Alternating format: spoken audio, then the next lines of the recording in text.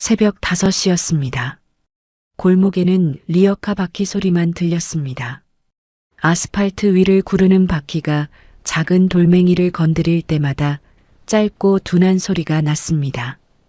박불래 씨는 그 소리에 맞춰 걷고 있었습니다. 62살. 한때 남편 사업을 뒤에서 받쳐온 여자. 지금은 새벽마다 이 골목을 도는 사람이었습니다. 그가 멈췄습니다. 리어카 손잡이를 쥔 손이 그대로 굳었습니다. 10m 앞 골목 끝 재활용 수거함 앞에 누군가 서 있었습니다. 정장 코트, 반듯한 어깨, 등이 곧은 사람이었습니다. 여자가 천천히 돌아섰습니다. 그리고 안주머니에서 무언가를 꺼냈습니다. 낡고 모서리가 다른 봉투였습니다. 손때가 타 있었지만 풀칠한 부분은 그대로 붙어 있었습니다. 뜯긴 흔적이 없었습니다. 어머니, 저 이거 한 번도 안 뜯었어요. 박불래 씨는 그 봉투를 알고 있었습니다. 20년 전 자신이 직접 만들어 던진 것이었으니까요. 그 봉투 안에는 무엇이 들어 있었을까요? 그리고 이 여자는 왜 20년이 지나도록 그것을 열지 않았던 걸까요? 이야기 시작하기 전에 잠깐만요. 구독과 좋아요로 조용히 응원해 주시면 다음 이야기를 이어가는데 큰 힘이 됩니다. 지금 어디에서 듣고 계신지 댓글로 한 줄 남겨주셔도 충분합니다.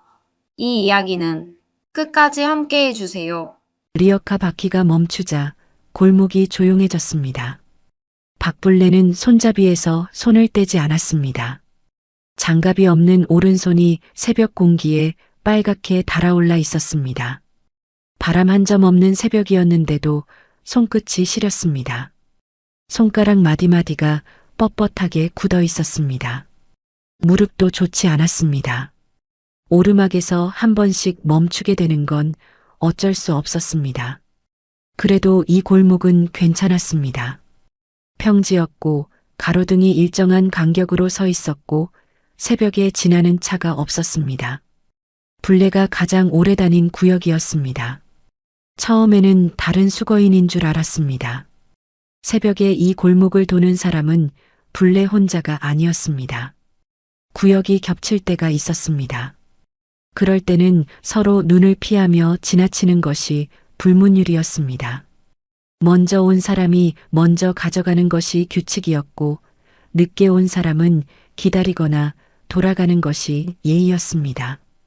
불레는 리어카를 세우고 잠시 기다릴 생각이었습니다. 상대가 먼저 가면 그 다음에 가면 됐습니다. 서두를 이유가 없었습니다. 새벽 5시에 서두를 곳은 어디에도 없었습니다. 그런데 가까워질수록 아니라는 걸 알았습니다. 정장 코트였습니다.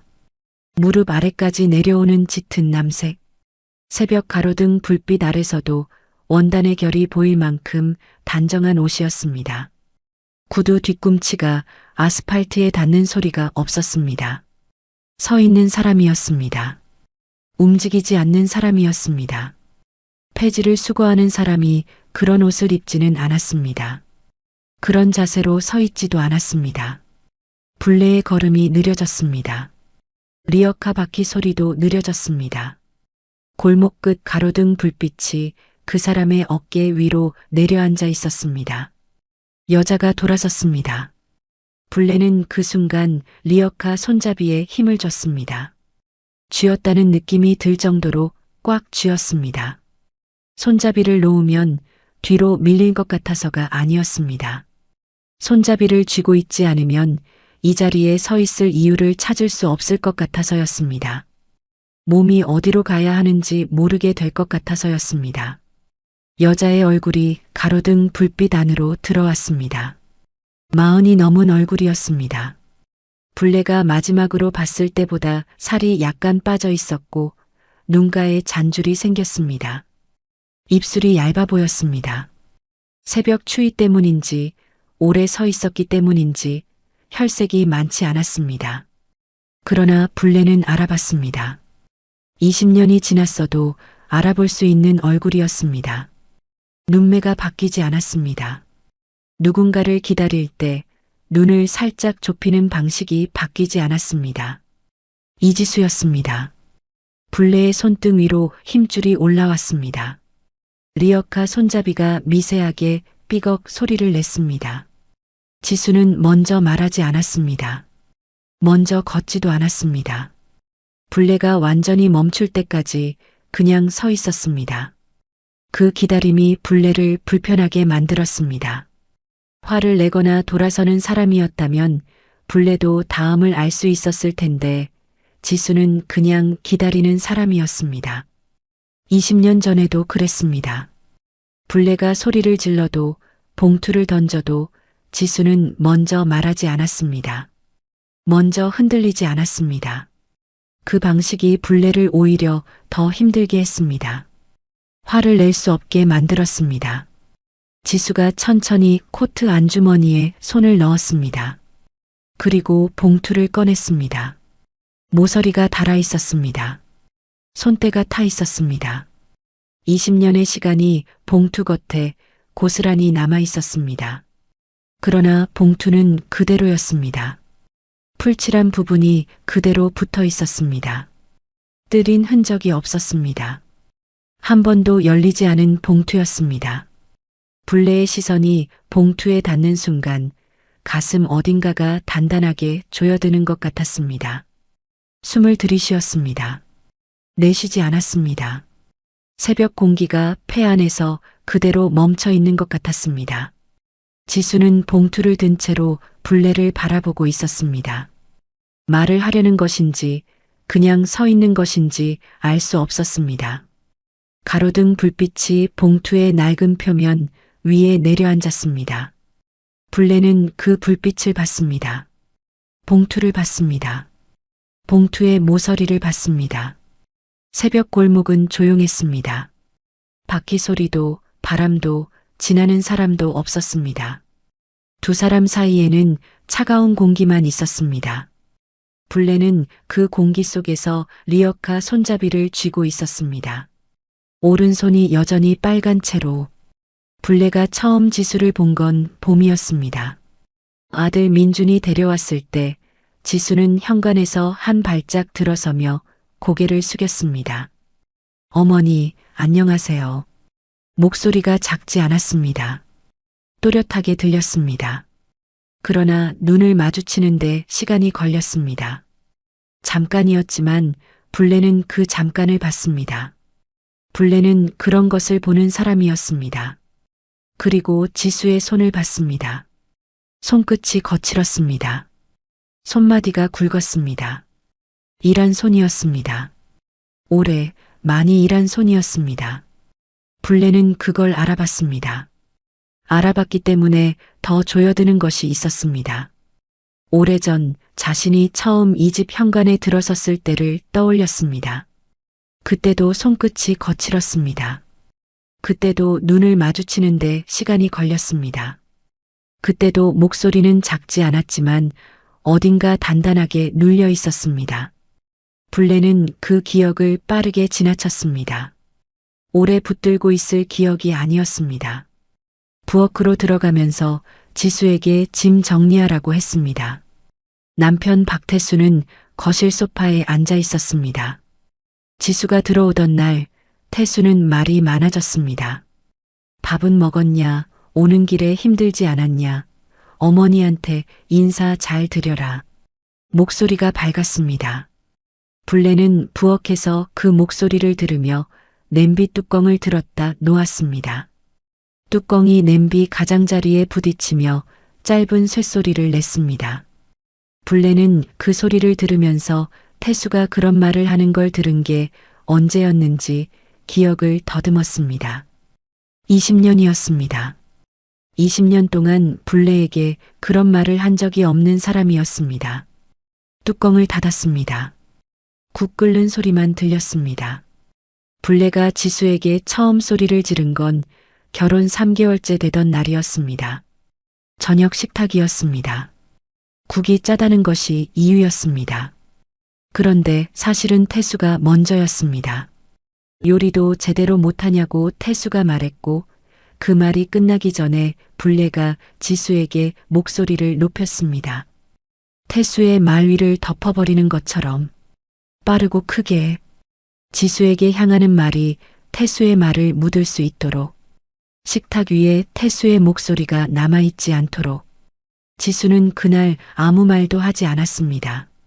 숟가락을 내려놓지도 않았습니다. 그냥 앉아 있었습니다. 눈을 내리깔고 손을 무릎 위에 올려놓고 불레의 말이 끝날 때까지 기다리는 사람처럼 앉아 있었습니다. 불레는 소리를 지르고 나서 자신의 손을 봤습니다. 밥상 모서리를 쥐고 있었습니다. 손가락이 하얗게 변해 있었습니다. 태수는 국그릇을 옆으로 밀었습니다. 아무 말이 없었습니다. 그날 밤 불레는 부엌에 오래 서 있었습니다. 설거지는 이미 끝났습니다. 수도꼭지를 잠근 채였습니다. 물을 틀 이유가 없었습니다. 그런데도 그 자리를 떠나지 못했습니다. 창 너머 골목에서 고양이 우는 소리가 한 번 들렸다가 끊겼습니다. 형광등이 부엌을 환하게 비추고 있었습니다. 불레는 그 빛 아래 서서 싱크대 앞을 바라봤습니다. 물기가 남아있는 싱크대에 가지런히 엎어놓은 그릇들, 자신이 닦아둔 것들이었습니다. 그런데도 낯설어 보였습니다. 무언가를 결심하는 사람처럼 서 있었습니다. 그 결심이 무엇인지는 그때는 불레 자신도 분명히 몰랐을 겁니다. 그냥 오래 서 있었습니다. 부엌 불을 끄기 전까지 결혼 첫 해 불레는 지수를 쉬게 두지 않았습니다. 명절이면 새벽 4시에 깨웠습니다. 알람을 맞추지 않아도 됐습니다. 불레가 방문 앞에 서서 노크를 한 번 했습니다. 세게 두드리지 않았습니다. 그냥 한 번. 소리가 크지 않았습니다. 그런데도 지수는 그 소리에 일어났습니다. 부엌에 불이 켜지는 소리가 들려야 불레는 자기 방으로 돌아갔습니다. 지수가 먼저 일어나 있지 않으면 다시 문을 두드렸습니다. 두 번째 노크는 첫 번째보다 조금 더 오래 기다린 후에 왔습니다. 그 기다림이 더 무거웠습니다. 친정에 가는 날엔 시간을 재서 돌아오게 했습니다. 저녁 6시까지 들어오지 않으면 전화를 했습니다. 말은 짧았습니다. 밥은 그게 다였습니다. 그 두 글자 뒤에 오는 침묵이 나머지를 다 말해줬습니다. 지수는 그 전화를 받을 때마다 통화를 끊고 나서 잠깐 아무것도 하지 않았을 겁니다. 손에 핸드폰을 쥔 채로 친정 어머니 얼굴을 바라보며 자리에서 일어나는 사람처럼 지수의 친구가 집에 오는 것도 막았습니다. 이유를 대지 않았습니다. 그냥 손님 치를 준비가 안 됐다고 했습니다. 한 번이 아니었습니다. 지수가 조심스럽게 꺼낼 때마다 불레는 같은 말을 했습니다. 준비가 안 됐다고. 지수는 친구에게 전화를 걸어 짧게 말했습니다. 불레는 그 전화 내용을 듣지 못했습니다. 그래도 알 수 있었습니다. 지수의 목소리가 작아지는 방향이 어디인지를. 지수가 받은 월급 통장을 불레가 한 번 본 건 우연이었습니다. 테이블 위에 잠깐 올려져 있었습니다. 불레는 들여다보지 않았습니다. 그냥 지나쳤습니다. 다음 날부터 집안 살림비 요구 금액이 2배가 됐습니다. 지수는 군말 없이 냈습니다. 아들 민주는 어느 날 저녁 불레에게 따졌습니다. 엄마, 왜 그러는 거야? 지수가 뭘 잘못했어? 뭘 잘못했는데? 목소리가 높았습니다. 민준이 불레에게 그런 목소리를 내는 건 처음이었습니다. 불레는 민준의 말이 끝나기 전에 끊었습니다. 내 집에서 내가 하는 거 내가 왜 따지냐? 낮고 단호한 목소리였습니다. 높지 않았습니다. 높을 필요가 없었습니다. 민준은 입을 다물었습니다. 지수는 민준의 소매를 잡아당겼습니다. 더하지 말라는 뜻이었습니다. 불레는 그 장면을 똑바로 봤습니다. 지수가 민준을 말리는 손, 민준이 불레를 향해 무언가 더 하려다가 멈추는 것. 불내 때문이 아니라 지수 때문에 멈추는 것. 불내는 그 차이를 알아봤습니다. 말없이 부엌으로 들어갔습니다. 동네 사람들은 불내를 독한 시어머니라고 했습니다. 반찬 가게 앞이었습니다. 옆집 여자와 이웃 여자가 낮은 목소리로 나누는 말이었습니다. 불내가 지나가는 걸 알면서도 말을 멈추지 않았습니다. 불내는 걸음을 늦추지 않았습니다. 정정하지 않았습니다. 장본 봉투를 두 손으로 나눠 들고 걸었습니다. 한 손이 조금 더 무거웠습니다.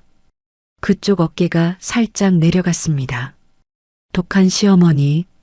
불내는 그 말을 들으면서 집으로 돌아왔습니다. 틀린 말이라고 생각하지 않았습니다. 그렇다고 맞는 말이라고도 생각하지 않았습니다. 그냥 들었습니다. 그것으로 충분했습니다. 민준이 지수에게 처음으로 우리 나가서 살자고 한 건 그의 가을이었습니다. 밤이었습니다. 방문이 닫혀 있었습니다. 불내는 부엌에서 물을 마시러 나왔다가 복도에서 그 목소리를 들었습니다. 민준의 목소리였습니다. 작게 말하는 사람처럼 들렸지만 복도에서는 다 들렸습니다. 지수야, 우리 나가서 살자. 이러고 살면 안 되잖아. 지수는 대답하지 않았습니다. 한참이 지나도록 아무 소리가 없었습니다. 물컵을 든 채로 복도에 서 있었습니다. 물을 마시지 않았습니다. 발소리를 내지 않았습니다. 방 안에서 창문이 열리는 소리가 났습니다.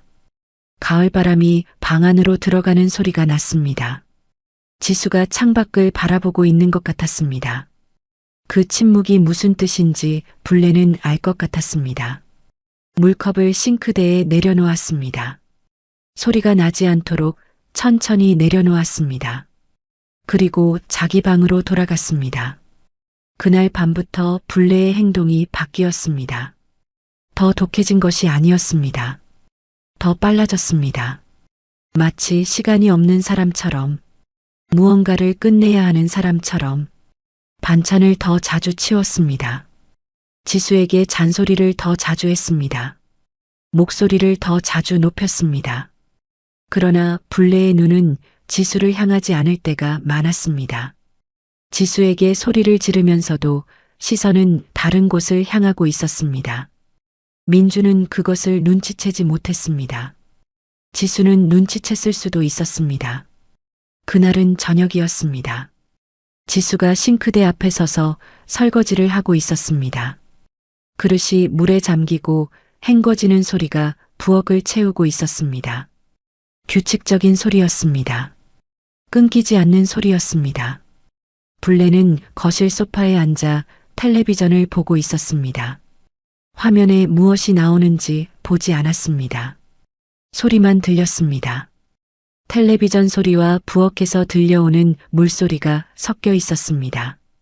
남편 태수가 자기 방에서 나왔습니다. 슬리퍼 소리가 났습니다. 거실을 지나는 소리가 났습니다. 불내는 고개를 들지 않았습니다. 화면을 보고 있는 것처럼 앉아 있었습니다. 슬리퍼 소리가 부엌 쪽으로 갔습니다. 멈췄습니다. 불내는 고개를 들지 않은 채로 보고 있었습니다. 소파에서 부엌 입구가 시야 끝에 걸렸습니다. 태수가 부엌 문 앞에 서 있었습니다. 그리고 안으로 들어갔습니다. 지수 옆에 섰습니다. 가까이. 수고해. 목소리가 가벼웠습니다. 아무것도 아닌 것처럼 말하는 목소리였습니다. 그러나 그 두 글자가 거실까지 들렸습니다. 불내의 귀에 닿았습니다. 불내는 텔레비전 리모컨을 쥐고 있었습니다. 리모컨 버튼이 손바닥에 눌렸습니다. 지수의 몸이 살짝 틀렸습니다. 어깨가 앞으로 당겨지는 것 같은 움직임이었습니다. 물을 잠그려는 것도 아니었고 다른 그릇을 집으려는 것도 아니었습니다. 그냥 몸이 틀렸습니다. 자연스럽지 않은 움직임이었습니다. 불내는 그것을 봤습니다. 소파에서 그것을 봤습니다. 불내는 소파에서 일어났습니다. 부엌으로 걷는 걸음이 빠르지 않았습니다. 급하게 보이지 않도록 걸었습니다. 그러나 목소리는 컸습니다. 걸으면서 말했습니다. 민준이 술 사온다고 했는데 안주 준비해야지. 거기서 뭐해? 부엌 안으로 들어서면서 말했습니다. 소리가 물소리를 덮었습니다. 지수가 돌아봤습니다. 태수가 손을 걷었습니다. 불레는 냉장고 문을 열었습니다. 냉장고 안을 들여다봤습니다. 차가운 공기가 얼굴로 나왔습니다. 불레는 그 냉기를 정면으로 받으며 숨을 골랐습니다. 천천히 들이쉬고 내쉬고 찬장 위 형광등이 미세하게 떨리는 소리가 났습니다. 냉장고 안의 불빛이 불레의 얼굴을 하얗게 비쳤습니다. 태수의 슬리퍼 소리가 다시 났습니다. 부엌에서 나가는 소리였습니다. 거실을 지나는 소리가 났습니다. 방으로 돌아가는 소리가 났습니다. 방문이 닫혔습니다. 불레는 냉장고에서 두부 한 모를 꺼내 도마 위에 올렸습니다. 칼을 들었습니다. 썰기 시작했습니다. 칼이 도마에 닿는 소리가 규칙적으로 났습니다. 지수는 다시 설거지를 시작했습니다. 물소리가 돌아왔습니다. 두 사람은 같은 부엌에서 아무 말도 하지 않았습니다. 물소리와 칼소리가 섞였습니다. 창밖에는 이미 어둠이 내려앉아 있었습니다. 그날 밤 민준에게서 연락이 왔습니다. 술자리가 길어진다고 했습니다. 불레는 메시지를 확인하고 지수의 방 앞으로 갔습니다. 복도가 조용했습니다. 방 안에 불이 켜져 있었습니다. 문틈 아래로 불빛이 새어나왔습니다. 불레는 문을 두드렸습니다. 한번 오늘 친정 가 있어. 이유를 묻기 전에 문을 닫았습니다. 복도에 잠깐 서 있었습니다. 방 안에서 아무 소리가 없었습니다. 불레는 자기 방으로 돌아갔습니다. 얼마 지나지 않아 현관 쪽에서 소리가 났습니다. 신발장 문이 열리는 소리, 신발을 꺼내는 소리, 문이 열리는 소리, 그리고 닫히는 소리. 불레는 자기 방 안에 있었습니다.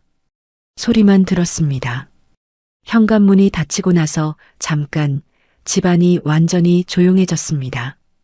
텔레비전도 꺼져 있었습니다. 부엌에도 아무도 없었습니다. 태수의 방에서도 소리가 없었습니다. 불레는 그 조용함 속에 있었습니다.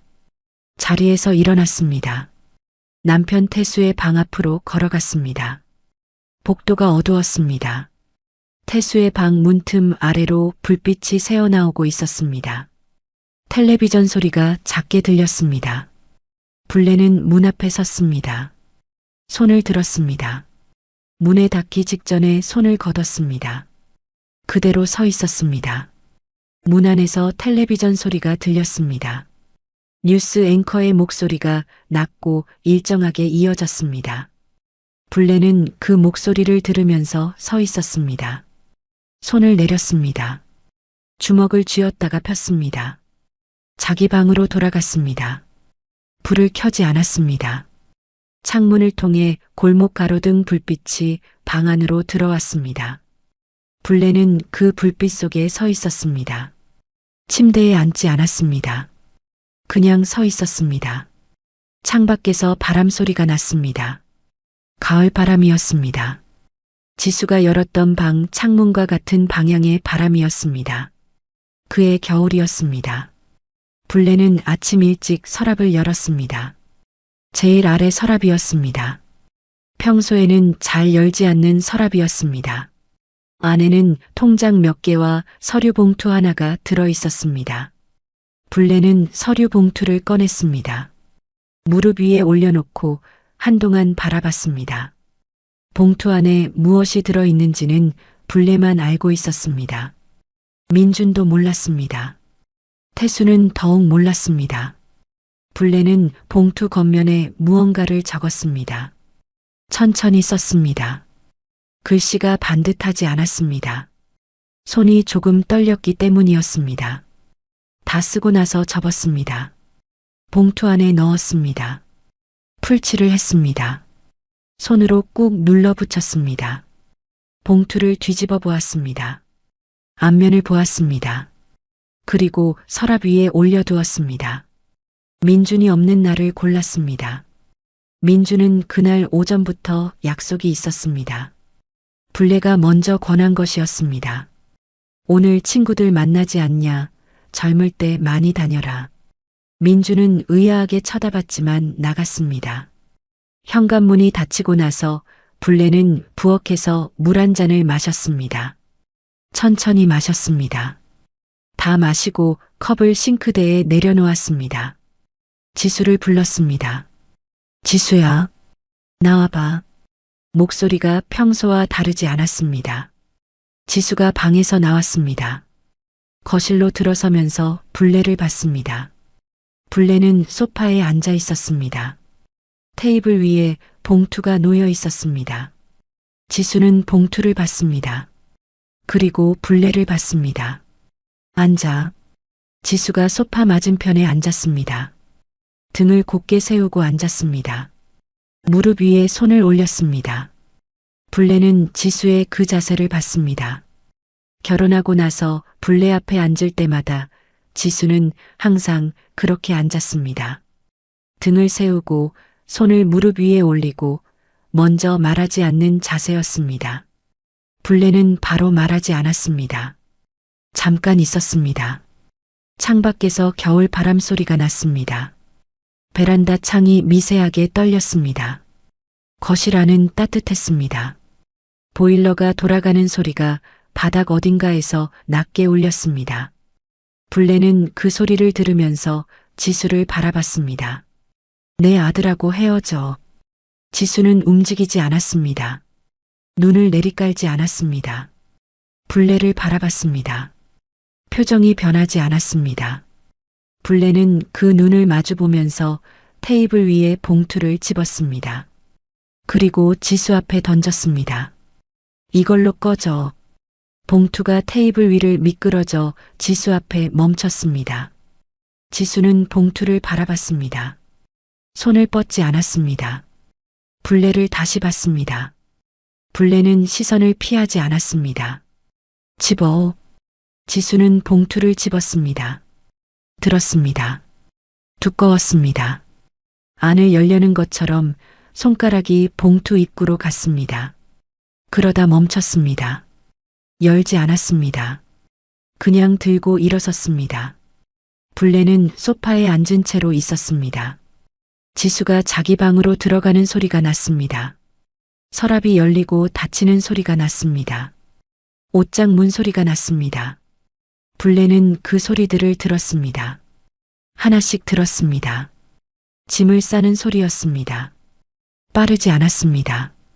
급하지 않은 사람처럼 움직이는 소리였습니다. 얼마 지나지 않아 방문이 열렸습니다. 지수가 거실을 지나갔습니다. 작은 가방 하나를 들고 있었습니다. 현관으로 갔습니다. 신발을 신는 소리가 났습니다. 불례는 소파에서 일어나지 않았습니다. 등을 보이고 앉아 있었습니다. 지수를 돌아보지 않았습니다. 현관에서 지수가 멈추는 것이 느껴졌습니다. 소리가 끊겼습니다. 신발 신는 소리도 가방을 고쳐드는 소리도 없었습니다. 잠깐이었습니다. 불례는 그 잠깐을 세고 있었습니다. 하나, 둘, 셋. 지수가 한번 돌아보는 것이 느껴졌습니다. 불례는 보지 않았습니다. 보지 않으려고 했습니다. 등을 더 세웠습니다. 현관문이 열렸습니다. 그리고 닫혔습니다. 소리가 났습니다. 짧고 단단한 소리였습니다. 불례는 그 소리를 들었습니다. 두 손을 무릎 위에 올려놓고 있었습니다. 손이 떨렸습니다. 무릎 위에 올려놓고 있어서 보이지 않았습니다. 창밖에서 바람 소리가 다시 났습니다. 베란다 창이 다시 떨렸습니다. 불례는 일어나지 않았습니다. 민준이 그날 밤 집으로 돌아온 건 저녁 9시가 넘어서였습니다. 현관문이 열리는 소리가 나고 잠깐의 침묵이 있었습니다. 지수의 신발이 없는 것을 본 것 같았습니다. 민준이 거실로 들어왔습니다. 불례는 부엌에 있었습니다. 저녁을 차리는 중이었습니다. 지수 어디 갔어? 불레는 대답하지 않았습니다. 엄마, 지수 어디 갔냐고. 보냈어. 민준의 목소리가 올라갔습니다. 불레는 국자를 내려놓았습니다. 민준은 소리를 질렀습니다. 왜 그랬냐고, 무슨 권리로 그랬냐고, 지수가 뭘 잘못했냐고.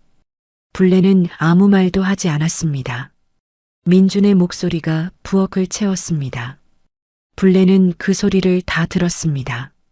하나도 막지 않았습니다. 민준이 집을 나갔습니다. 현관문이 3개 닫혔습니다. 불레는 부엌에 남았습니다. 가스불을 껐습니다. 냄비 뚜껑을 닫았습니다. 불이 꺼진 가스레인지 위에 냄비가 놓였습니다. 부엌이 조용해졌습니다. 불레는 그 자리에 서서 남편 태수의 방 쪽을 한번 봤습니다. 복도 끝, 불이 꺼진 방이었습니다. 태수는 민준이 소리를 지르는 동안에도 방에서 나오지 않았습니다. 불레는 자기 방으로 들어갔습니다. 불을 켜지 않았습니다. 그 후로 아들 민준은 집에 자주 오지 않았습니다. 연락도 뜸해졌습니다. 명절에 왔다가 하루 만에 가는 일이 반복됐습니다. 불레는 왜 빨리 가냐고 묻지 않았습니다. 더 있으라고 하지도 않았습니다. 민준이 신발을 신고 나가면 현관까지 따라갔습니다. 그게 다였습니다. 지수의 이야기는 민준의 입에서 나오지 않았습니다. 불레도 꺼내지 않았습니다. 남편 태수가 병이 난 건 그로부터 몇 년 후였습니다. 처음엔 허리였습니다. 그 다음은 무릎이었습니다. 그리고 심장이었습니다. 병원을 오가는 횟수가 늘었습니다. 불레가 옆에 앉아 있는 시간이 늘었습니다. 병원 대기실 의자는 딱딱했습니다. 불레는 번호표를 쥐고 기다렸습니다. 태수의 이름이 호출될 때까지, 검사실에서 나올 때까지. 태수가 완전히 드러눕고 나서 집안이 조용해졌습니다. 소파에서 텔레비전을 크게 틀던 소리가 없어졌습니다. 슬리퍼 소리가 없어졌습니다. 부엌으로 들어오는 소리가 없어졌습니다. 불레는 그 조용함이 무섭지 않았습니다. 오히려 밥을 먹을 수 있었습니다. 오래 씹어서 먹을 수 있었습니다. 천천히 삼킬 수 있었습니다. 무서운 것과 편한 것이 같은 모양일 수 있다는 걸 불레는 그때 알았습니다. 간병은 불레가 혼자 했습니다. 민주는 멀리 살았습니다. 자주 올 수 없었습니다. 불레는 오라고 하지 않았습니다. 태수의 기저귀를 갈고 약을 먹이고 몸을 닦았습니다. 매일 했습니다. 계절이 바뀌는 동안 계속했습니다.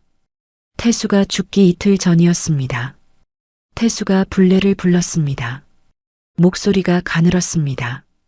불레는 침대 옆에 앉았습니다. 태수가 천장을 바라보면서 말했습니다. 그 아이는 잘 있냐?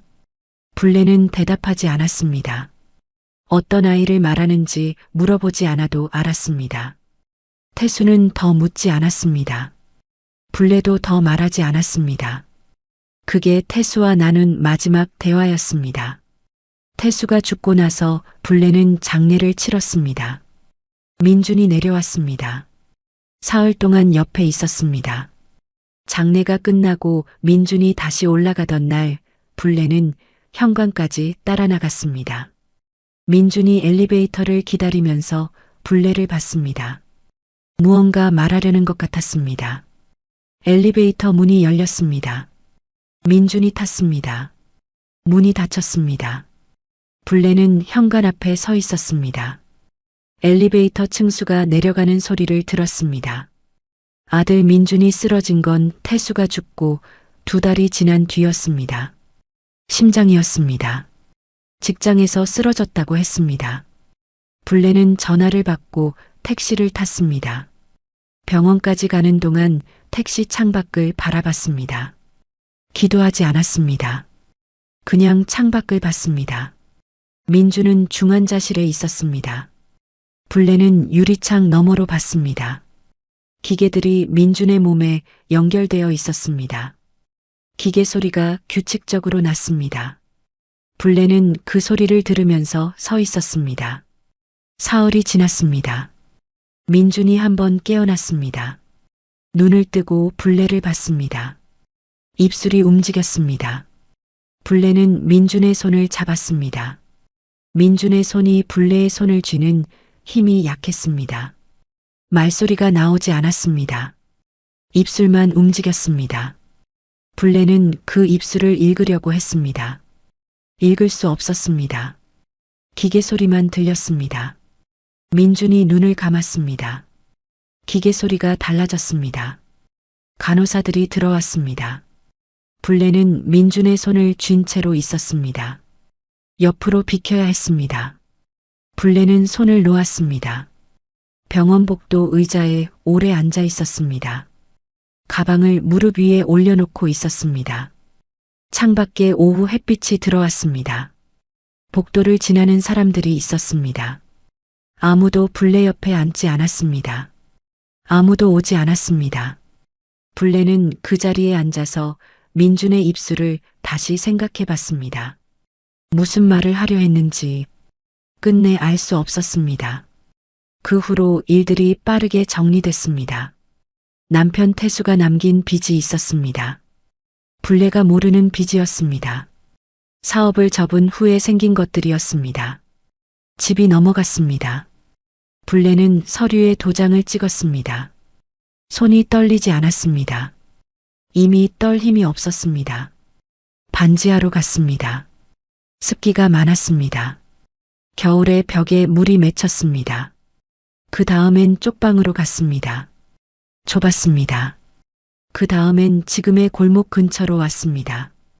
반지하보다는 조금 나았습니다. 리어카를 끌기 시작한 건 그해 겨울부터였습니다.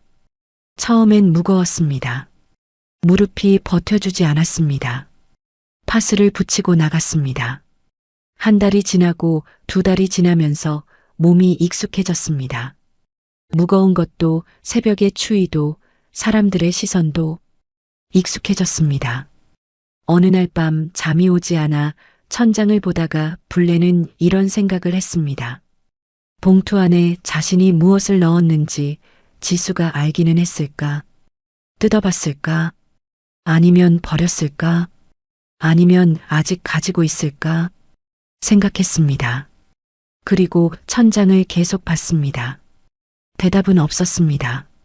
새벽이 올 때까지 천장을 봤습니다. 새벽 골목이었습니다. 지수가 봉투를 내밀었습니다. 두 손으로 들고 있었습니다. 불레 쪽으로 내미는 것이었습니다. 불레는 받지 않았습니다. 리어카 손잡이를 쥔 채로 있었습니다. 손잡이가 차가웠습니다. 쇠냄새가 손바닥에 배어 있었습니다. 불레는 그 냄새를 맡으면서 봉투를 받습니다. 어머니, 저 이거 한 번도 안 뜯었어요.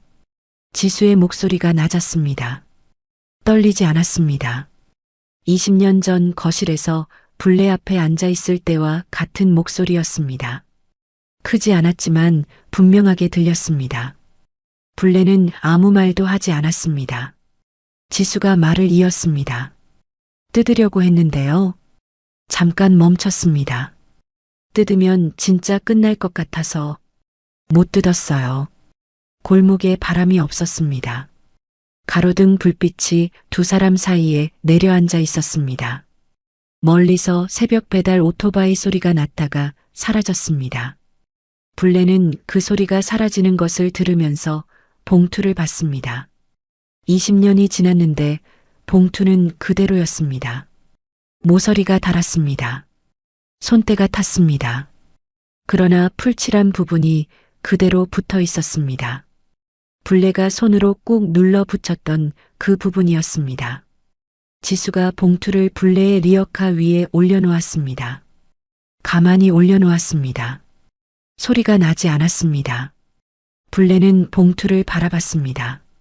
리어카 위에 놓인 봉투를 봤습니다. 그리고 손을 뻗었습니다. 리어카 손잡이에서 손을 뗐습니다. 봉투를 집었습니다. 손이 떨렸습니다. 20년 전과 같은 떨림이었습니다. 봉투 안에 편지를 넣고 풀칠을 하고 지수 앞에 던지던 날과 같은 떨림이었습니다. 불레는 그것을 알았습니다. 알면서도 손을 멈추지 않았습니다. 봉투를 뜯었습니다. 천천히 뜯었습니다. 풀칠한 부분이 떨어지는 소리가 났습니다. 작은 소리였습니다. 골목의 새벽 공기 속에서 그 소리만 들렸습니다. 안에는 두 가지가 있었습니다. 채권 증서 묶음이었습니다. 종이가 누렇게 발에 있었습니다. 20년의 시간이 종이에 배어 있었습니다. 불레는 그것을 꺼냈습니다. 두꺼웠습니다. 그리고 아래에 편지가 있었습니다. 접혀 있는 편지였습니다. 불레의 글씨로 쓴 것이었습니다. 불레는 편지를 펼쳤습니다. 자신의 글씨였습니다. 20년 전 새벽에 혼자 쓴 글씨였습니다. 손이 떨렸던 날의 글씨였습니다. 그래서 반듯하지 않았습니다. 그러나 읽을 수 있었습니다. 이 집에 있으면 안 된다. 나도 20년을 버텼다. 너는 버티지 마라.